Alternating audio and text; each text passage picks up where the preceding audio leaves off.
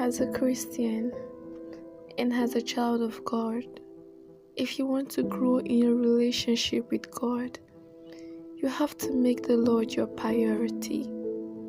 There are a lot of distractions in the world. There are a lot of things the devil wants to use to distract you from the purpose of God for your life. Instead of allowing yourself to go that way, build yourself in the Lord. Deliberately refuse to be distracted.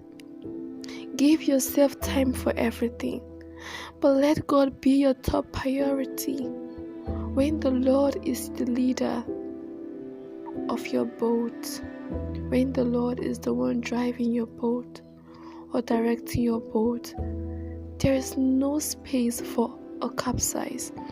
Your boat is not going to capsize. Don't allow yourself to get distracted. Do everything you can not to be distracted by the distraction of the world, because the world is such a distracted place.